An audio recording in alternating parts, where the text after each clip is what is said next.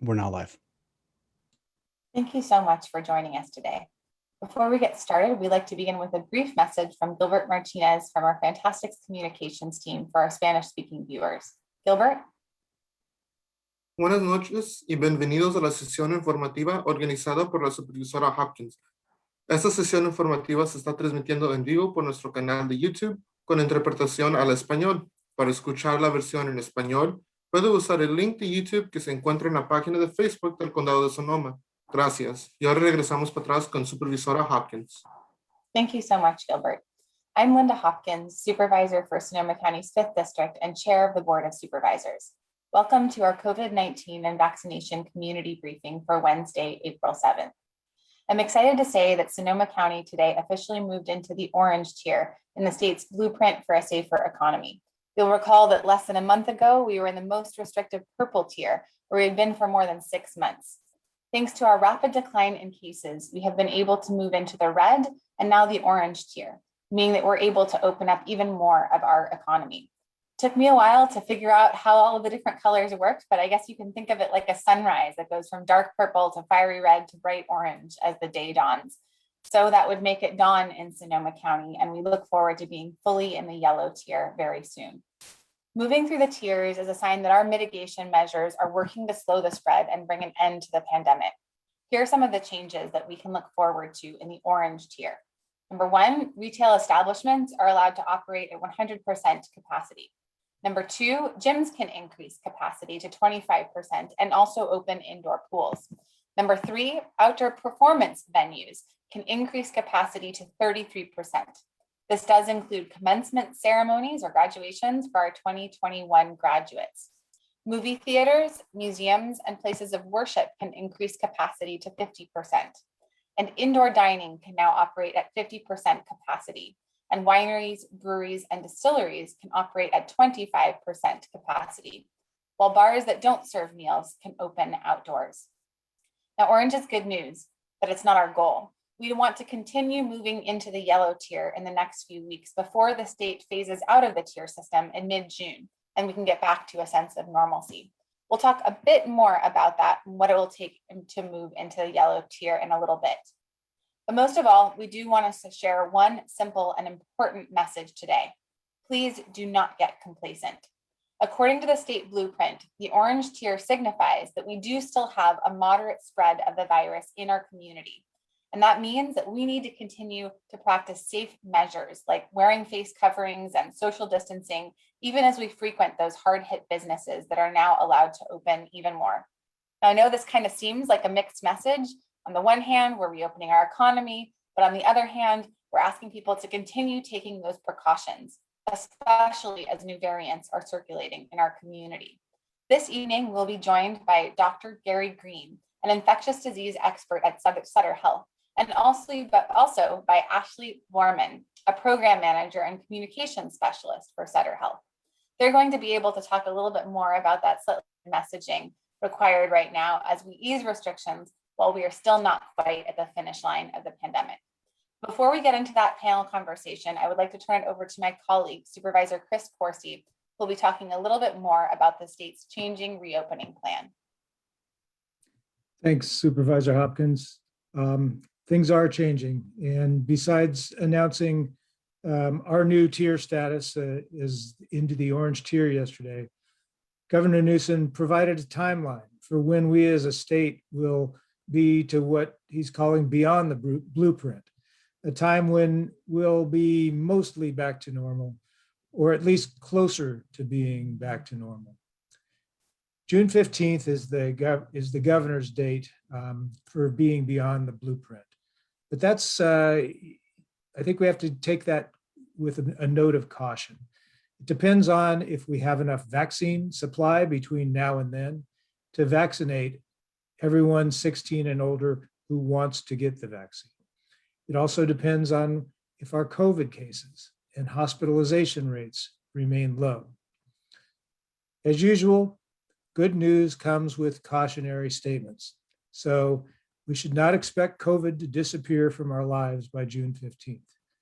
We should not expect that date to dawn with a return to pre-pandemic normal. because our new normal means that we still have to wear masks. We still have to stay safe. We still have to get tested if we have symptoms or think we've been in contact with someone who has the virus. Because of limited vaccines and vaccine hesitancy, we anticipate that not everyone will be vaccinated by then. So the virus will continue to spread to some degree. It'll just be much more manageable as we get more people vaccinated. So by June, let's just say we'll be closer to that place we all want to be.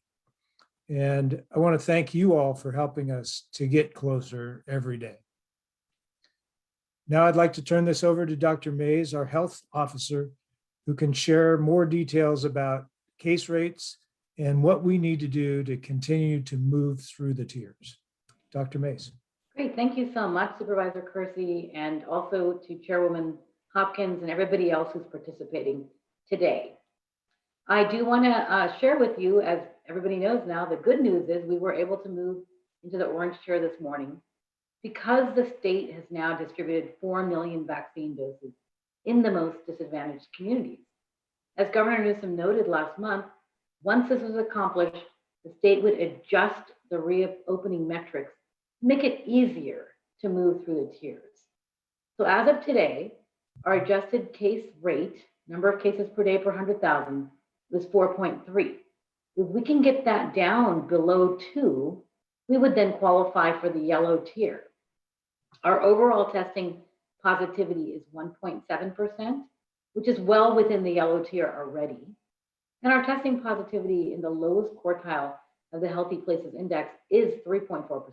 And that would need to be below 2.2% to move into the yellow tier. So while we just moved into orange this morning, we're not that far from the yellow tier.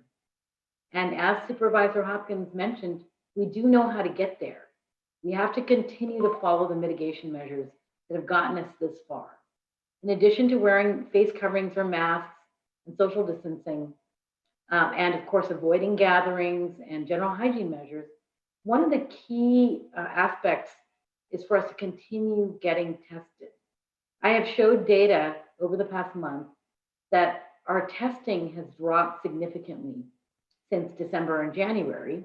And it's not because we don't have tests available, but rather that there isn't a great need in the community to get tested. And this is going to affect us. Let me just give you an example.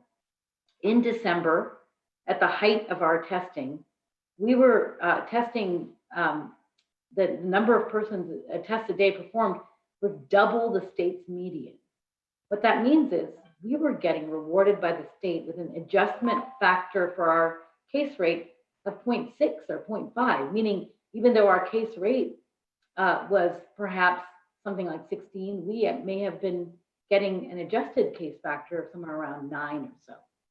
So if you take a look at our case rate today of 4.3, if we were doing double the testing of the state median, we'd actually be pretty close to the 2 cases per 100,000 per day for an adjusted case rate because we would multiply by 0.5 or 0.6.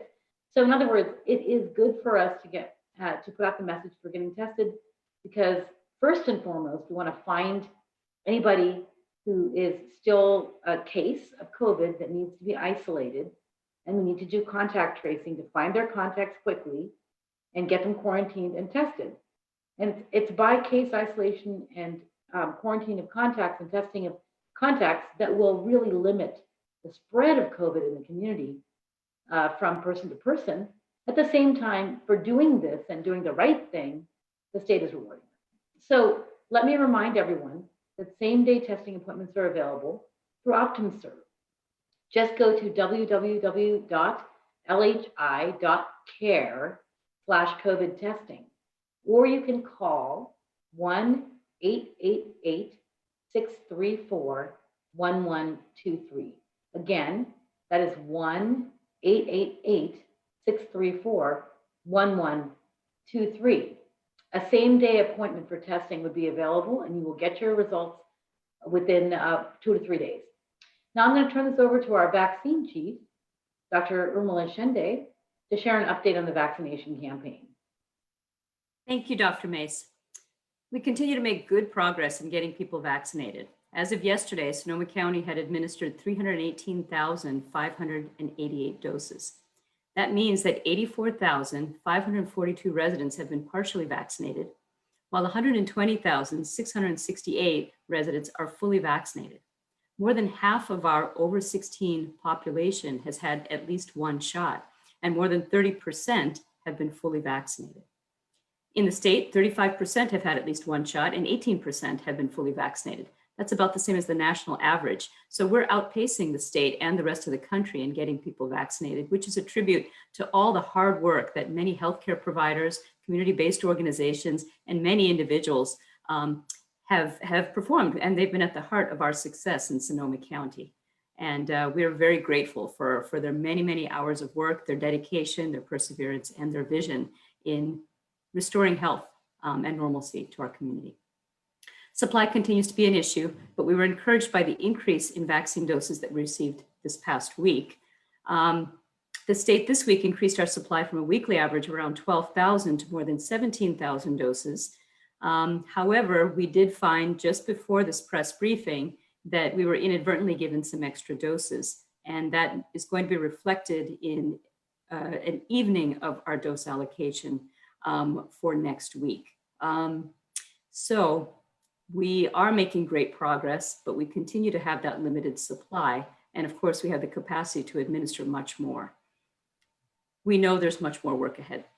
In just 8 days, anyone 16 and older will be eligible to get a vaccine. So we're expecting a huge surge in demand at that point.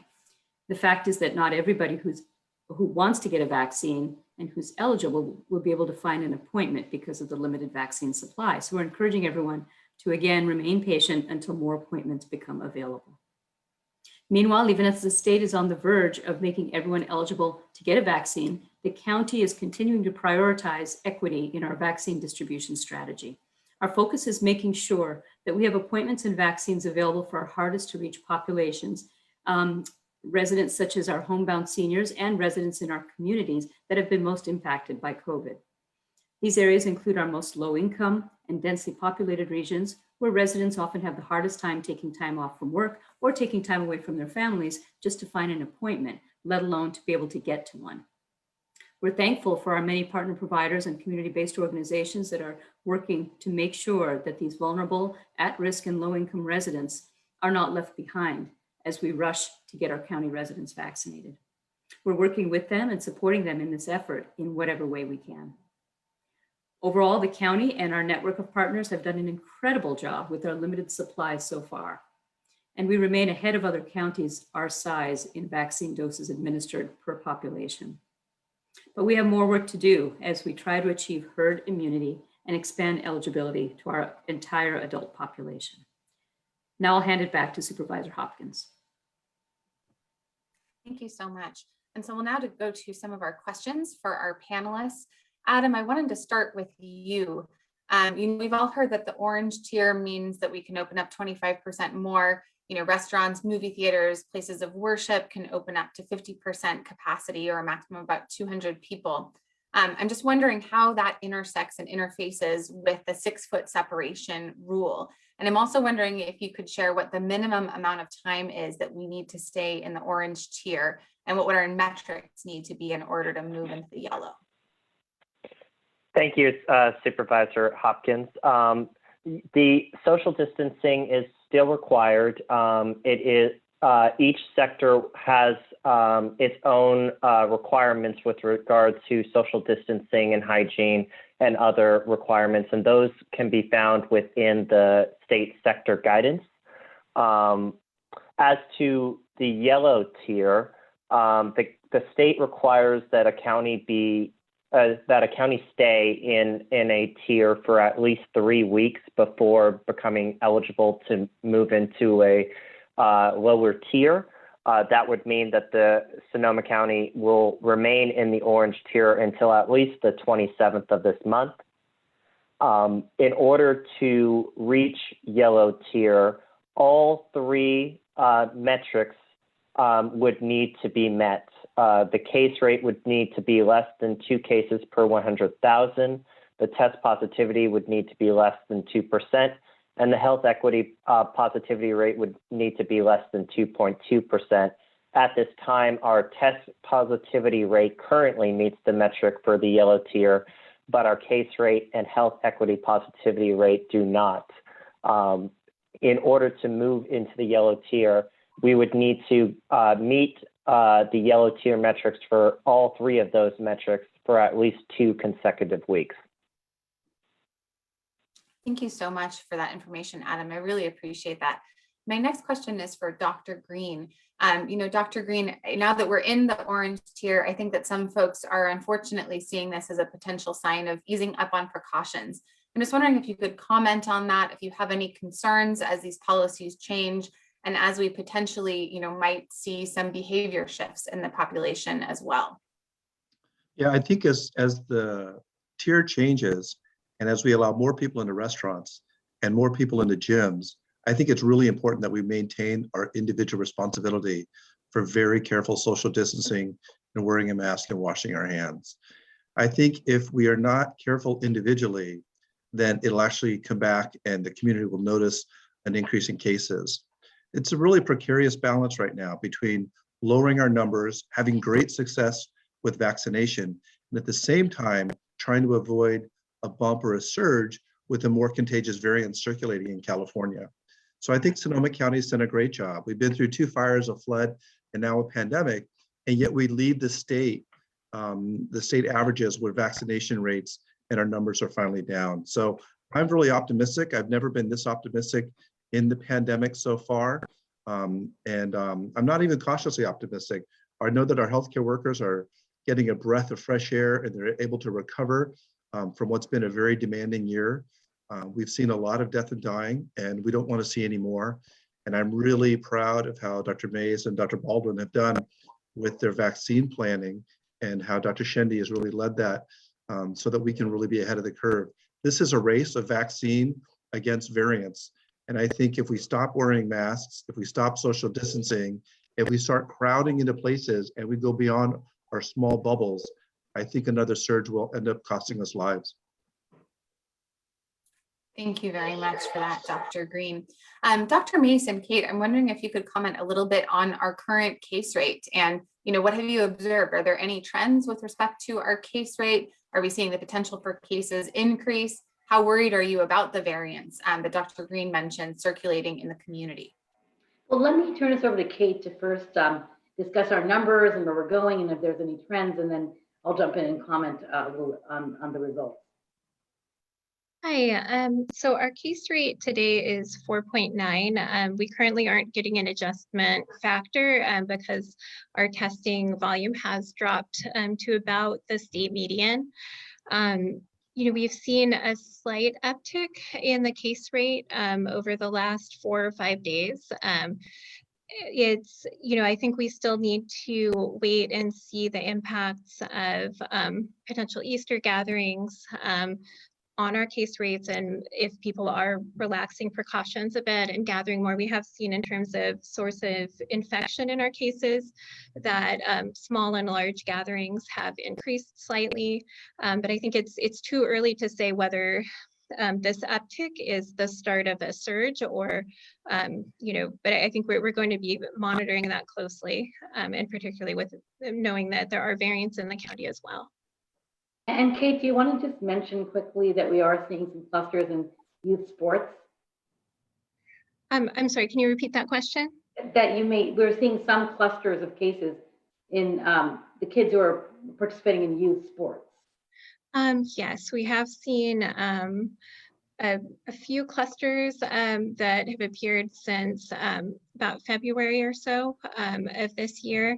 There had been a pretty small number of cases up until February, March of this year, and then we did begin to see a bit of an uptick there as well.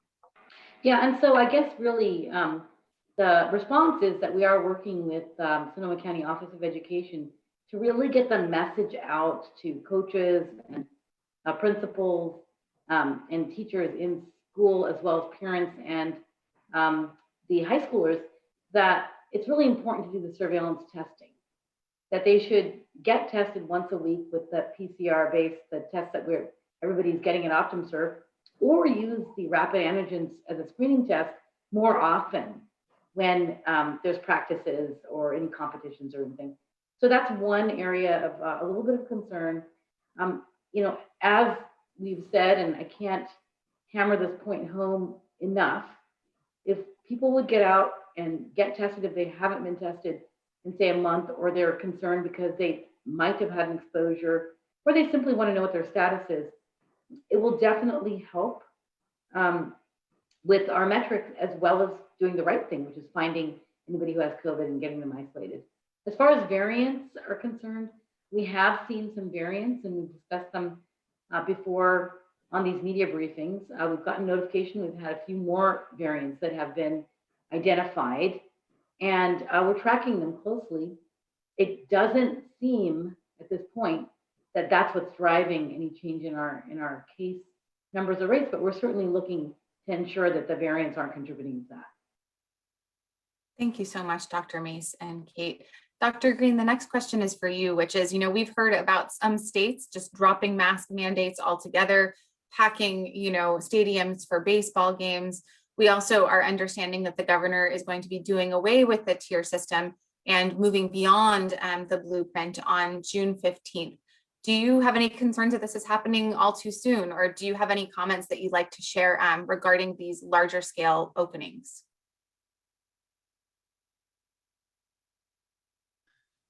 So it's hard to speculate on someone's prediction a couple months away. In the land of COVID, 2 months seems like 2 years, and so much can happen by then. I'm pretty certain that by June, our vaccination rates will be much higher. And as our vaccination rates go up, I think the viral dynamics will go down, and that'll be a good thing. So I think it's a little premature to reach out to say, what is June 16th going to look like? I certainly have no idea, but I am optimistic that if we continue doing what we're doing, that I think we're going to be in good hands. As for dropping masks, I think that is a little precarious. I anticipate personally wearing a mask up until the very end of the year, maybe into next year. So I think that's going to be one of the new norms, and it's going to help us not only with the COVID season, but also with the flu season. Thank you so much, Dr. Green. I actually have a follow-up question and a little bit of kudos. I just want to say thank you so much for Sutter Health's effort in terms of showing up at Cesar Chavez Day. We had a health fair on Saturday in honor of Cesar Chavez at Martin Luther King Jr. Park in Santa Rosa, and we're able to offer vaccinations to more than 200 people in the neighborhood. Some folks just showed up thinking they were going to be there to watch a soccer game, and they wound up getting vaccinated, which is really, really good news. And so I just want to say, first of all, thank you to Sutter for being such a critical part of that really community-based, grassroots, amazing effort that occurred over the weekend. And then second of all, how is the vaccination campaign going for Sutter? That was just a wonderful thing that you all did, and really appreciate your support, but I'd love to check in on how it's going with your patients and clients as well. So we're doing really great at Sutter. And I must say that we're using the Luther Burbank Center for our mass vaccination site. And some of the people that at Sutter who are leading that effort actually have military backgrounds. So they're used to doing mass vaccination and mass sites. And we're also really lucky to one of our pediatricians, Dr. Brian Pertowski, who's been really at the forefront of our grassroots movement with vaccine hesitancy, all the way back to measles. And then he carried that momentum forward into this pandemic. And it's been a village. It takes a village to make this happen. And we're used to dealing with vaccine hesitancy in Sonoma County. And I think that puts us a little bit ahead of the curve when we think about vaccine hesitancy in this pandemic situation. Most of what we're seeing right now is people who are just not educated. They don't have the facts. They don't know the credibility behind providers. And once they hear the information by someone they trust, it's easy to move forward. And so I'm really grateful for the effort of our pediatrics group and our leadership group. So I think on both fronts, vaccine availability and vaccine education, that's been really helpful to thwart and lower the vaccine hesitancy rate. I think that Dr. Mace is right.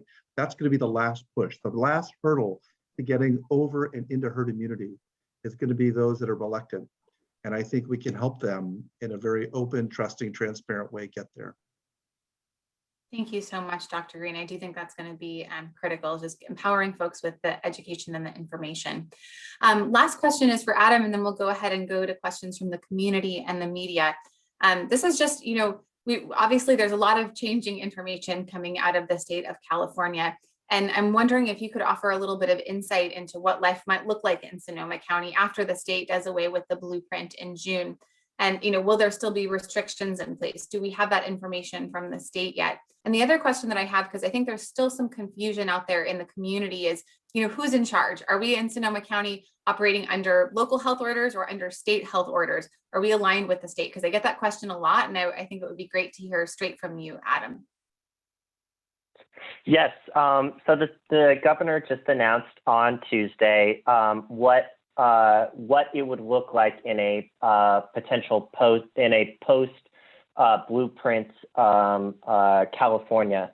And in anticipation of that, the state announced that as soon as June 15th, California will do away with the blueprint if two criteria are met. Vaccine supply is sufficient for Californians 16 years of age or older who wish to be inoculated, and if hospitalization rates remain stable or low.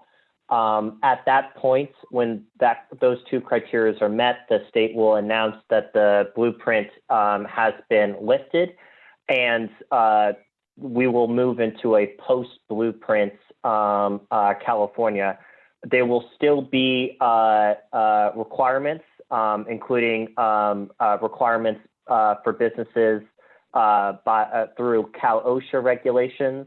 There will likely still be some masking and testing and vaccine verification requirements for certain high-risk settings like large gatherings, spectator events, and conferences.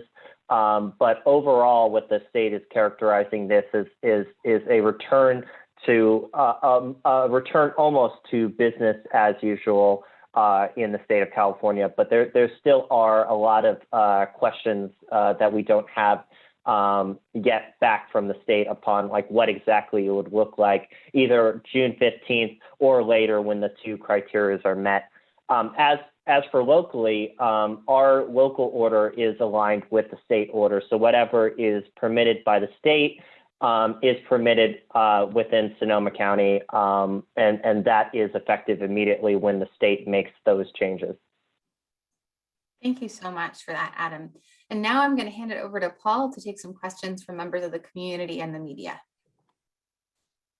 Thank you, Chair Hopkins, and thank you all for this terrific conversation. And I also want to thank Deputy County Councilor Adam Radke and Kate Pack, our county's chief epidemiologist, for being here and helping us with some of this information. It's really valuable, and our audience is appreciating it. The first, we're going to go to some questions from our viewers. I do want to remind viewers who are watching us on Facebook, as this is being streamed live on Facebook and YouTube, to go ahead and post if they have questions, to go ahead and put it in the comments area on the Facebook page. I'm going to start, and I think Dr. Green, you and maybe Dr. Shinde, you might want to address this question. As they say, there seems to be a lot of confusion and mixed messages about the risks after one is vaccinated. Can you explain what is known about the risks of contracting the COVID after being fully vaccinated? And I think that's important because I know that we have some cases of people who have still come down with the virus even after being vaccinated. Could you address that for us?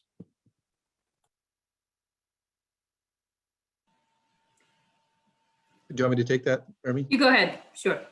So remember that the vaccines, the mRNA vaccines of Pfizer and Moderna, are about 94–95% effective, which means that 19 out of 20 people will have protection against illness and hospitalization, but 1 out of 20 people may still get infected and they may have mild symptoms. What we've noticed about the Johnson & Johnson, the Pfizer, and even the J&J vaccine, the Moderna, the Pfizer, is that 100% of people are prevented from being hospitalized. That is a staggering number. Now, if you look back in context, when there was a measles outbreak in Disneyland, a number of people that had secondary measles cases were vaccinated, and a number of people who had tested positive for measles but no symptoms had been vaccinated. So vaccine is remarkably effective. It's almost 100%, but it's not 100%. So it's going to be very rare, extremely rare for someone to be symptomatic or test positive after vaccination. And it's going to be nearly impossible that they'll need to be hospitalized. What we've done is retest a number of people. So if you use a weak test that gives you a false positive test, you have the wrong information. So if someone's been vaccinated and they test positive and it was a lower level test, we actually have gone on to PCR testing them, and the vast majority test negative after that. If I may just add one thing onto that. So the numbers are 94 to 95% for those who are fully vaccinated. That leaves a few who may still contract, but at the same time, there are those who may be immune compromised and may then become more susceptible to picking up. It's still going to be protective. It will hopefully prevent them from very, very serious disease, but it's not 100% for anybody. The best it is 94 to 95, and there are going to be those who may not be as protected. So it's important to keep this in mind, because the preventive measures are really going to be important for us for a long time to come. Great, thank you. We also have a number of questions related to schools, and I'm wondering if Dr. Mason and maybe Adam can help us with this. The basis of the question is when will schools be able to open up full time? And I think it also might be helpful, Dr. Mason and Adam, if you address the issue of what is the county's role in regulating schools? Is the county keeping schools in the hybrid, or are we preventing them from being open fully? Maybe you can address that.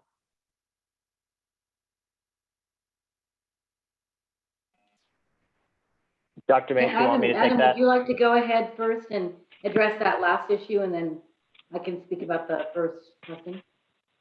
Yeah, I could speak about the orders. So the state required that that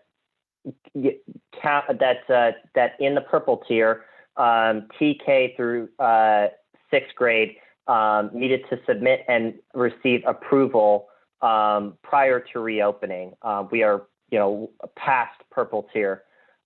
Once the county was in red tier, all schools for all grades could reopen at any time in the red or lower tiers according to their safety plan. The county has remained available to consult about the safety plan, but it is not required that they seek approval of their safety plan prior to reopening. Some schools have decided to reopen quicker than others. Other schools have decided to go within to reopen in a phased-in approach. The county is not involved in setting any requirements with regard to how schools reopen either immediately or in a phased approach, at least not from a public health order standpoint. So we just provide guidance and recommendations. And as far as when schools can open fully, as before the pandemic, that's again going to depend upon safety plans and the Sonoma County Office of Education and individual schools and how they're prepared. The number of students, are they able to open? Do they think they'd be able to open safely? That sort of thing. Great, thank you for clarifying that. Okay, we'll take some questions from our media partners. Let's start with Phil Barber from the Press Democrat. Good afternoon, Phil. That might be for Kate. I just want to make sure that I heard this correctly, that your most recent figures for Sonoma County case rate is 4.9. So is that correct, that it just sort of rapidly went from 4.3 to 4.9? Yep, today the unadjusted case rate is 4.9 and adjusted is 4.9 as well, because we didn't receive that adjustment factor. Great, thank you for confirming. And Kate, I also wanted to ask you about the youth sports outbreaks that you mentioned. Are you able to put any numbers to it, like how many outbreaks or total number of cases that came from those, anything like that? Yeah, the epidemiologist on our team who is doing that surveillance and put those numbers together, put some slides together for the recent meeting with SCO. So I can share some of that information with you after the meeting if that would work. I don't have the numbers in my head right offhand though. Yeah, that'll work. Thank you very much.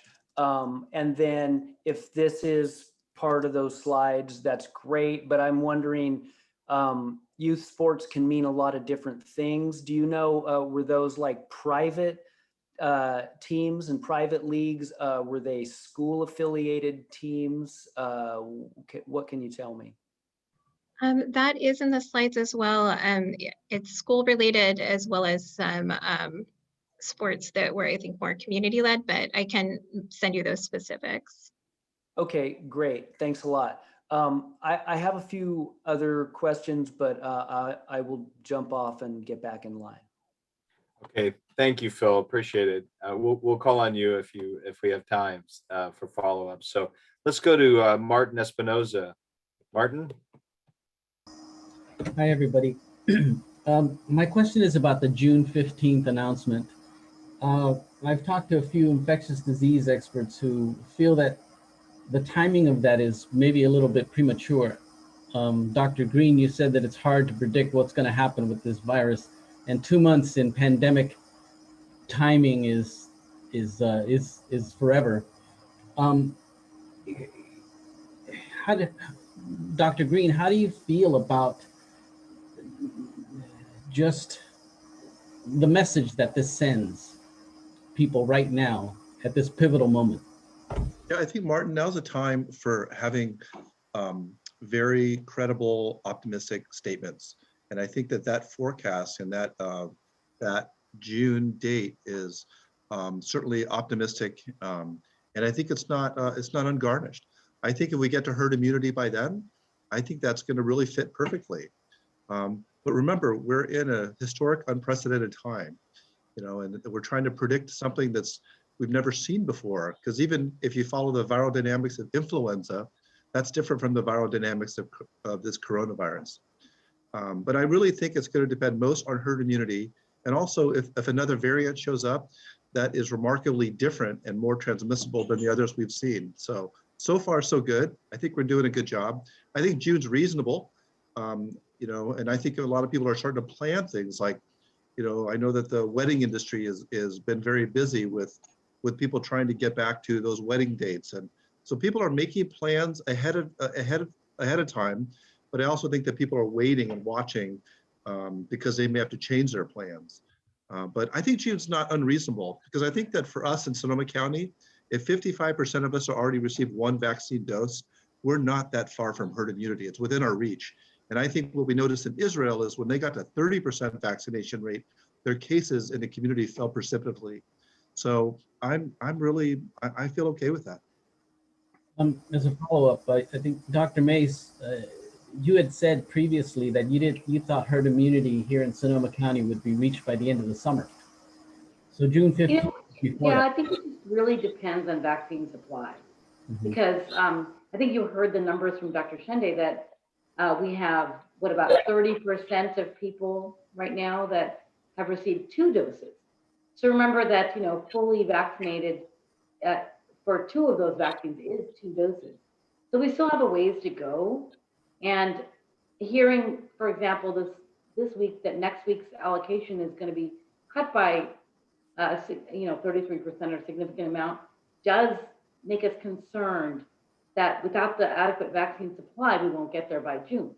I think it's a conservative estimate by end of summer, we'll be there with good 80% of people fully vaccinated, as long as we don't have issues with, as Dr. Green had mentioned before, the people not wanting to get vaccinated. Just one more. I mean, we're Can I told. just add something to that? Yeah. I think June 15th is a hopeful and optimistic date. But if we've learned anything during this pandemic, it's that things really, they change fast and they change often. So, I'm going to circle June 15th on my calendar, but I'm going to circle it in pencil, and just hope that we get there, but understand things change by the day. Just one last question. If we're not ready, if we're not ready as a county for June 15th, will we do the right thing? We Well, can you be, know, I really hope that the state is going to look at this as we move forward and adjust accordingly. Because obviously, you know, this is going to affect all 58 counties and 3 city jurisdictions here in California. So we'll see how things go. We need to see what's going to happen to our case rate and test positivity and what's happening in the entire Bay Area and the rest of the state. And these are discussions that are ongoing, weekly discussions we have with the California Department of Public Health, and we're able to weigh in and give recommendations. So again, you know, there is no crystal ball, so let's kind of see where we're going over time. thank you, everyone. All right. Thank you. Let's go to Amy Windsor. Amy? Hi, thank you. Just a couple questions about vaccination rates and hesitancy.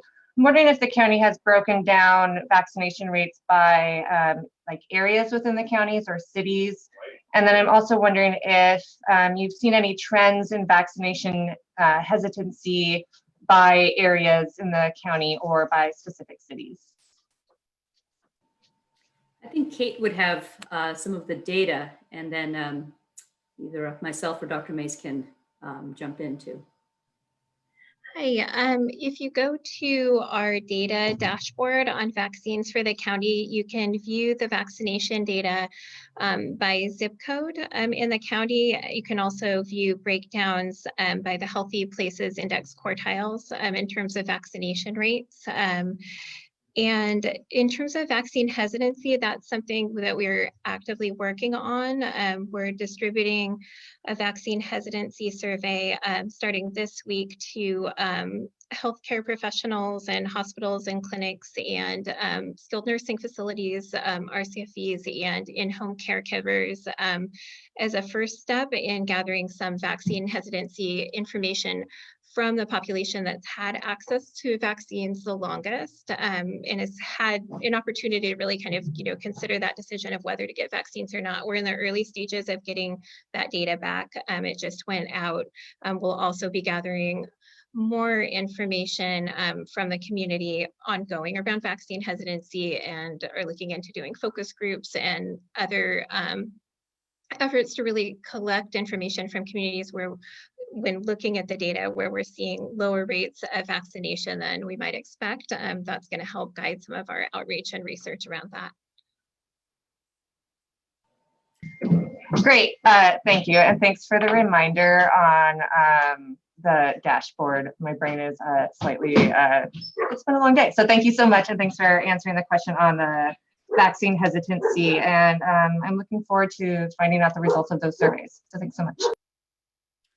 Thanks, Amy. And Stuart from our comms team has put in the chat box the link directly to that dashboard that Kate was talking about. So thank you for your question. Let's, we have a couple of questions from the audience related to life after getting vaccinated. And one, Anne Marie asks whether, and apparently she is operates some kind of venue.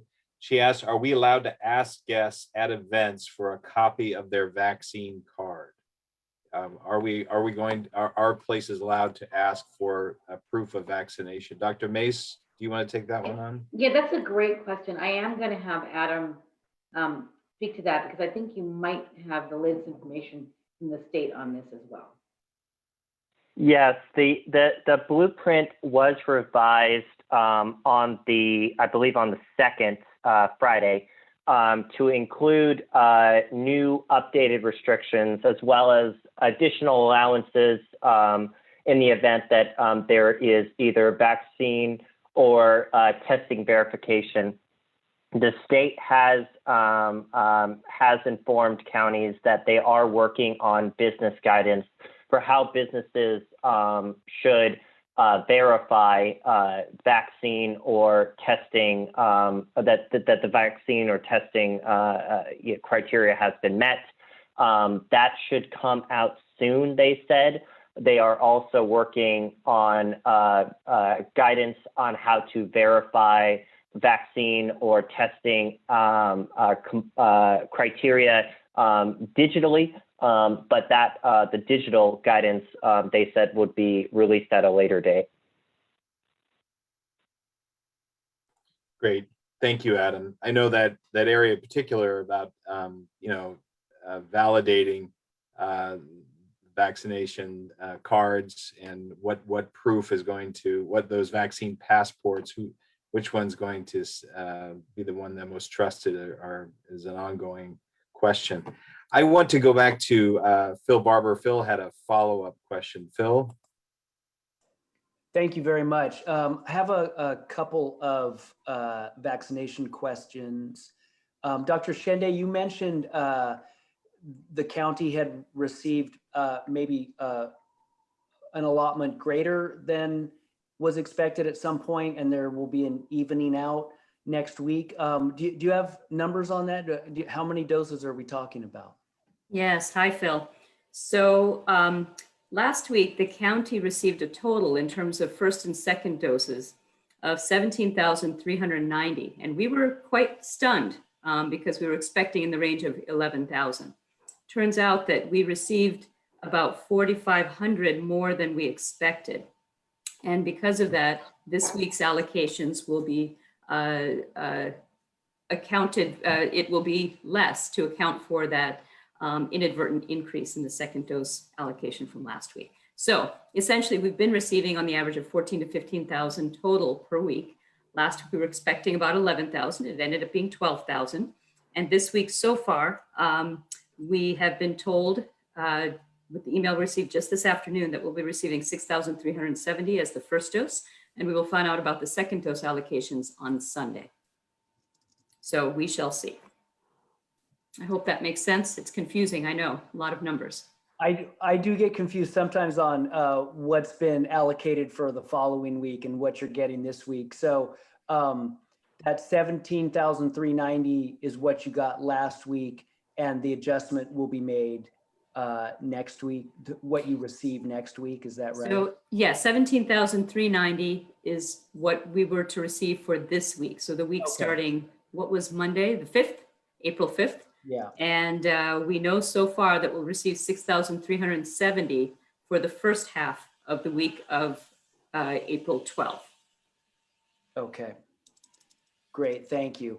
And then Dr. Shende or for Ken, if he's around, last I heard the Roseland Clinic was not up and running yet. Is there a timeline on that? Actually, I can, I'd be happy to answer that. The Roseland Clinic has been operating out of Lombardy, out of the Santa Rosa Community Health Clinic at Lombardy for a couple of weeks now. In the meantime, we have been prepping the Roseland Library to be the new location of the Roseland Clinic. And they are going to be opening tomorrow, in fact, doing a soft opening tomorrow and working Friday and Saturday as well. And then ramping up operations further next week. And they'll be operating Tuesday through Saturday every week. In general. Fantastic. And then one more related question to that. Any movement on finding a site or a partner for a vaccination clinic in the Springs area in Sonoma Valley? I know there's been a lot of talk of that. Yes, we just had a meeting earlier this afternoon. We were speaking with Curative, and we will be opening a site there, most likely at St. Leo's Church, but there are details to be worked out, and it will take a couple of weeks to get that up and running, but that is in the works and more information to come. Great. Thank you very much, everybody. Okay, we're getting near the top of the hour, but here's one more question from the public. Eric, and maybe Dr. Green, this would be a good one for you. Eric asked, so far vaccines are not approved for children under the age of 16. One question is, when will a vaccine be approved, do you think? And what will be the impact of having unvaccinated under 16 population and the risks of transmitting COVID over the summer as we open up more? And what would be the impact of that herd immunity? What do you think? Yeah, so Eric, that's a really good question. All three companies right now in the US that have EUA vaccines, Johnson & Johnson, Pfizer, and Moderna, have been collecting data, and Pfizer's the farthest along. They're going to be presenting data to the FDA on 12 years to 6 months. So I think we're going to have some data pretty soon at the FDA, and I think we're going to have at least a vaccine approved for children, hopefully down to 6 months, but at least down to 12. That'll be important. But remember that under the age of 10, kids have fewer receptors in the nasal pharynx and along the respiratory tree for COVID. So the virus has less of an opportunity to attach and transmit with children under 10. So I think it's the 10 and above that you really want to focus for vaccine strategy when you talk about herd immunity, especially with summer activities and with school in the summer as well. But I think in the next week or two, Pfizer's going to go before the FDA and ask for EUA for our first pediatric vaccination. And then the other two will be close behind that. And do you have thoughts on the risks of having children unvaccinated over the summer? I guess we could still achieve herd immunity even if they're not vaccinated, correct? Well, I think Dr. Shenny mentioned this before, because some people actually, whether you're adult or children, because of some other illnesses like a child who's getting chemotherapy or has immune deficiency, they may not even respond to the vaccine, or they may have some contraindications for vaccine. So that's where you do rely on herd immunity. But if we're not at herd immunity yet, and we have school time or summertime activities where there's crowding, especially indoors, I think you can expect virus to be transmitted. So I think even the summertime, when you're with your family, you want to keep your bubble small. You don't want to extend that bubble, especially with indoor activities, until everyone's been vaccinated. Great, that's great advice. Well, I think we'll end it on that note, and I'll go back to Chair Hopkins. Thank you all for that conversation. Thank you so much, Paul, and thanks to all of our panelists, and especially to Dr. Green for joining us today. We are going to end our session here, and I would also like to thank the crew who is behind the scenes, always helping to pull off these weekly community briefings, and today including Mari, our Spanish interpreter, and Odie, our ASL interpreter. Just want a last minute reminder of you can all go to socoemergency.org/vaccine for more information on the vaccination rollout. You can also follow us on Facebook or on Twitter for regular day-to-day updates. Finally, hope you'll all join us next Wednesday at 5 p.m. for another one of these live community briefings. Until then, have a good week, take care, and stay safe, everybody.